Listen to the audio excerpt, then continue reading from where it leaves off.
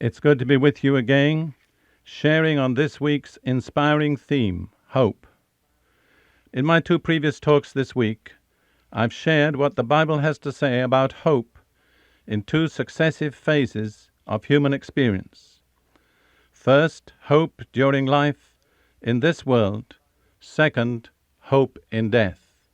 And I've explained that on the basis of the clear teaching of Scripture, of the written Word of God, those whose lives are committed to Jesus Christ and who are walking in His purpose can have hope, first of all, in this life, because God is making everything work together for good. No matter what the appearances, no matter what the situation, the hand of God is in it, making everything work together for good if we are believers and if we're walking in line with God's purpose. But our hope, thank God, does not end in this world. Paul says in 1 Corinthians 15:19, if in this world only we have hope in Christ, we are of all men most miserable. If our faith doesn't meet the challenge of death, it's a worthless faith. It's a deception. But thank God it does. And so we have hope not only in this life, but we have hope in death. Further back in my talks the previous weeks, I shared that the biblical basis of all true hope is the resurrection of Christ. On this basis, the Bible offers us solid grounds for hope, both in death and beyond the grave. Now, in my talk today, I'm going to broaden the scope of my theme still further. I'm going to speak about hope for creation, the whole creation. First of all, we need to understand that Adam's rebellion and fall not only affected all Adam's descendants, that is, the entire human race, it also affected the whole area of creation over which God had given Adam both authority and responsibility to rule as God's vice-regent. It's very important. We don't understand the state of things in the world today unless we realize that Adam's fall had a negative effect on the whole created order over which God had set him as ruler. It didn't just affect Adam, it didn't just affect Adam's descendants, but affected the whole creation over which he was ruler, for which he was answerable to God. Adam's sin admitted a negative, blighting influence that affected the whole creation, the animal creation, the vegetation. Every aspect of creation on this earth was negatively affected by Adam's fall. We get a little picture of this in the words that the Lord spoke to Adam when he challenged him with the results of his disobedience. In Genesis 3, verses 17 and 18, to Adam the Lord said, because you listened to your wife and ate from the tree about which I commanded you, you must not eat of it. Cursed is the ground because of you. Through painful toil you will eat of it all the days of your life. Notice, the ground was cursed because of Adam's sin. It, the ground, will produce thorns and thistles for you. So you see, thorns and thistles were not the way God intended plants to grow. They're a result of the negative blighting influence that came through Adam's disobedience that affected the whole creation. Every time you see thorns and thistles, just say to yourself, those are the evidences that the earth is under a curse. Now, in the New Testament, in Romans chapter 8, verses 18 through 23, Paul speaks more fully about this. He says that I consider that our present sufferings are not worth comparing with the glory that will be revealed in us.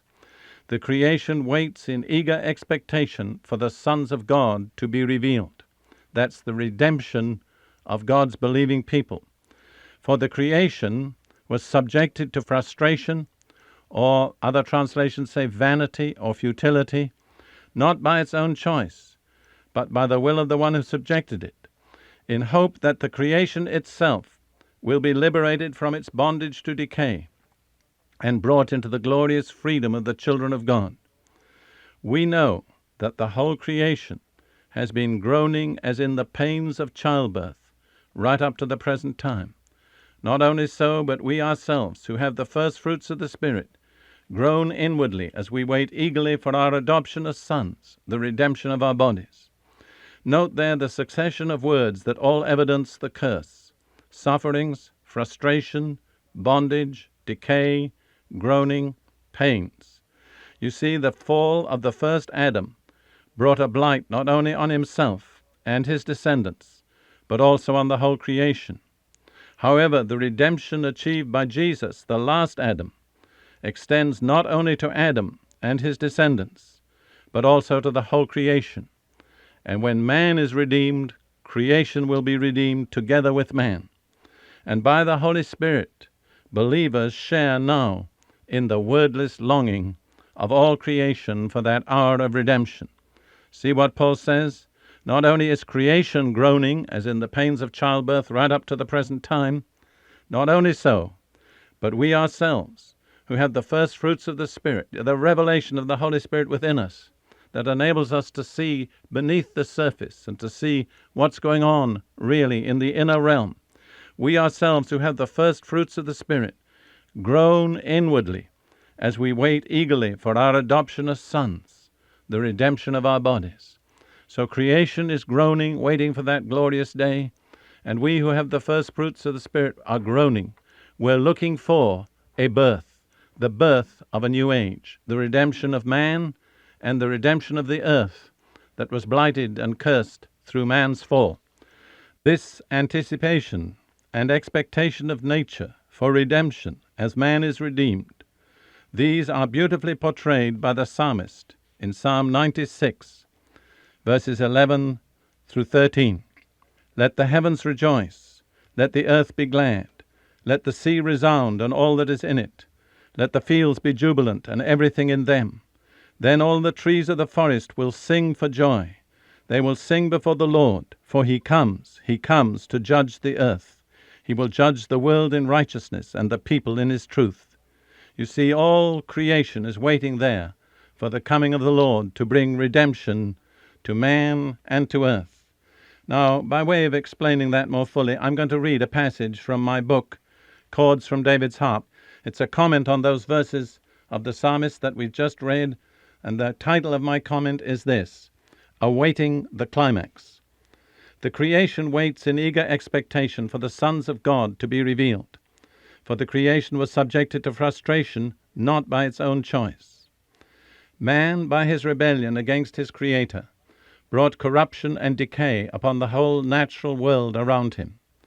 That which was blighted through his fall can be restored only through his redemption. This is the climax that all nature awaits. Too often man himself loses sight of this, but the anticipation of nature grows stronger all the time. With insight given by the Holy Spirit, the psalmist here interprets the wordless longing of the natural world around him.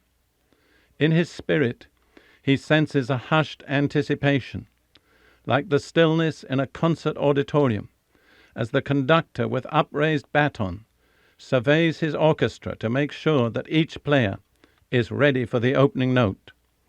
Heaven above and earth beneath, seas and fields and trees, all await the coming of the Lord to restore to them what was lost through man's fall.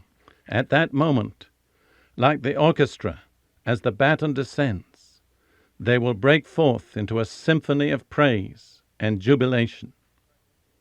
How about you and me? Are we as ready as nature is for that great climax?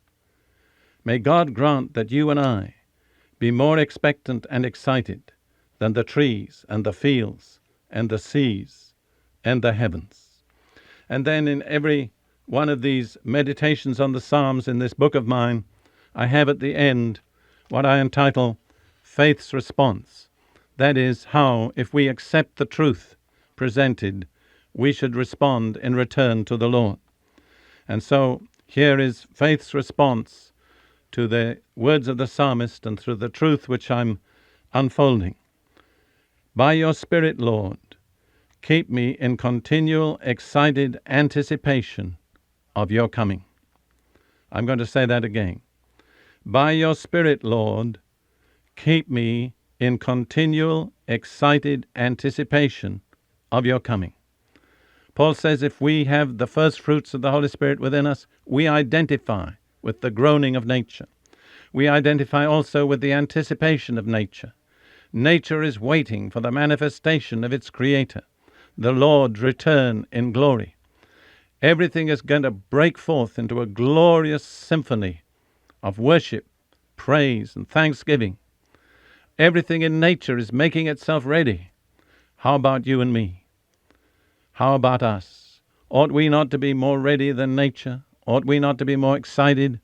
Ought we not, who can read the Bible and study the truths of Scripture, ought we not to be on tiptoe of expectation, as one translation says?